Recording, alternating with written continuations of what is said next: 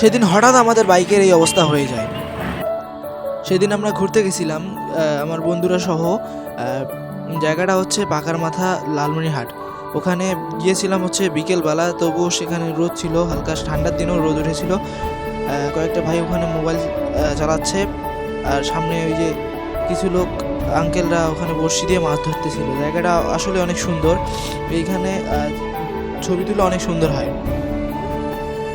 এর আগেও আমরা ওখানে গেছিলাম অনেকবার, তবে এর আগে কখনো ভিডিও করা হয়নি, এই প্রথম আমরা সেদিন ভিডিও করছিলাম। জায়গাটা আসলে অনেক সুন্দর, ওখানে বসে ছবি তুললে খুব সুন্দর ছবিগুলো হয়। আমার বন্ধুরা মিলে সেদিন গেছিলাম। এর আগে অনেকবার গেছি, কিন্তু কখনো ভিডিও করা হয় নাই। জায়গাটা আসলে অনেক সুন্দর, ওই পাথরগুলোতে বসে ছবি তুলে অনেক সুন্দর হয়। আর আমি ওখানে দাঁড়িয়ে দু একটা ছবি তুলে নিলাম। তারপর আমার বন্ধুরা মিলে সামনে যাইতেছিলাম, আরও সামনে। ওখানে প্রচুর বালু রয়েছে, ওই বালুগুলোর ওপাশে আরও সুন্দর। একটু পর যখন সন্ধ্যা হবে তখন খুব সুন্দর লাগবে।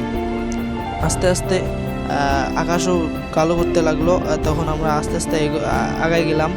সামনে গিয়ে ওখানে ছবি তুললাম। ওই যে আস্তে আস্তে দেখতেছি অনেক মানুষ আসছে, যত সময় বাড়ছে তত মানুষ আসছে। এরপর আমার বন্ধুরা ভিডিও বানালো, তাদের ছবি তুললো, ওরা হাঁটার ভিডিও বানালো। তারপর আমরা কিছুক্ষণ থেকে আবার বাসার উদ্দেশ্যে রওনা হলাম। তখন আসলে একেবারেই অন্ধকার নেমে আসছিলো, মাগরিব আযান দিয়ে দিছিল। শেষে আমাদের আসার সময় আমাদের গাড়ির তেল শেষ হয়ে গেছিলো, তাই আমরা ওখান থেকে তেল নিচ্ছিলাম আর কি।